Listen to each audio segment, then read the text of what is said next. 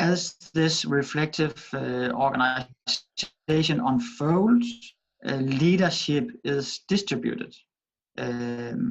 So there is, by definition, there is a collective leadership in this organization.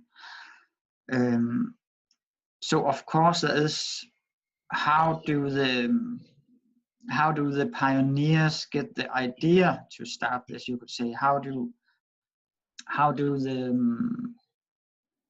this potential impregnate these pioneers, and certain conditions has to be met in order for that to happen. You have to have a still mind. So you need to have a meditation practice, and also some physical practice. It can be yoga, it can be tai chi, it can also be simply awareness of your body. And the reason for that is that tension built up in your body, and you need to know how to transmute these tensions. There's a spiritual practice, or a practice needed in order to create these conditions. And I would say that it's meditation and some kind of bodily awareness, like yoga, for instance. There's a training. You need to decondition yourself. You need to transition to another way of interacting with people. And there's many ways to train that, and one of them is these relational workshops. Like we use circling here in Tingqi.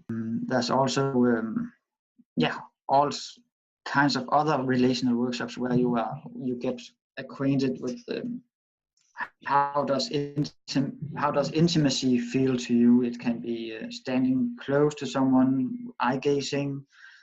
It can be touching hands, maybe hugging each other.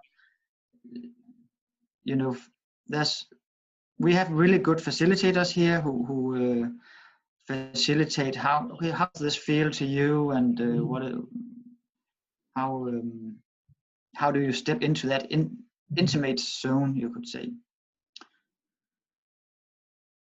So I wouldn't go, I know it's needed for Tingqi.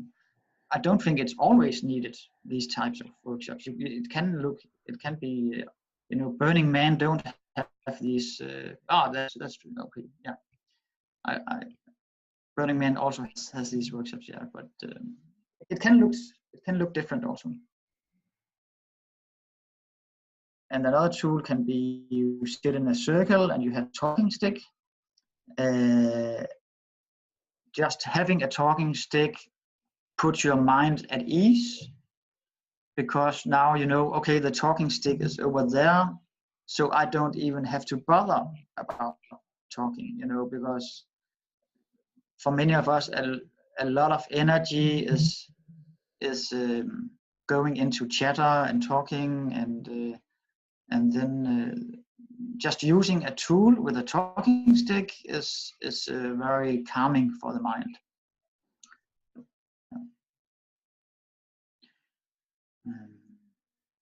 Yeah, and then of course dancing is a great tool.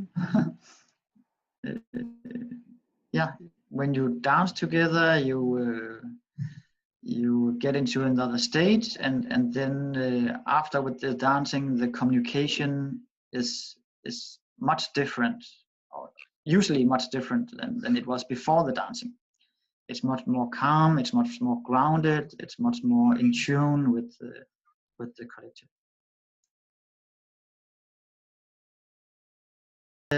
Right now we have there's a leader. I'm the daily leader of the place. So at the moment, I still have you could say, I make the decisions. We have from the beginning, when we started 5 years ago, we have this intention of shifting to a collective leadership. So we have experimented with Tinqi councils, we call them. That's where you call in a group of members, and we use the talking stick usually. And this group, okay, when there is an issue, we need to take a decision of a certain issue. It can be types of workshops, it can be other stuff. Sometimes there's relational conflicts and how to solve them and so on. So in these councils, we have said, okay, when we all know this is what we need to do, then that decision is taken. Like what is the needed next step is very clear in the group. That's when the decision is taken in that group. If we don't do it by majority, like if there's 10 people in the group and 8 thinks, hey, we should do this, and 2 is against, then we don't decide. What we are aiming for is that we can, the ideal is that you can call in, now we have a group meeting to decide certain stuff. And then you invite the community and maybe 10 people show up or maybe 50 people show up. But there's a group showing up. And in that group there's a culture, there is a way of being together where you can fairly quickly take decisions. So it's not 10 hours meetings, it's maybe 1 or 2 hour meeting. That's the ideal state, and there's a stepping stone toward that state, and that's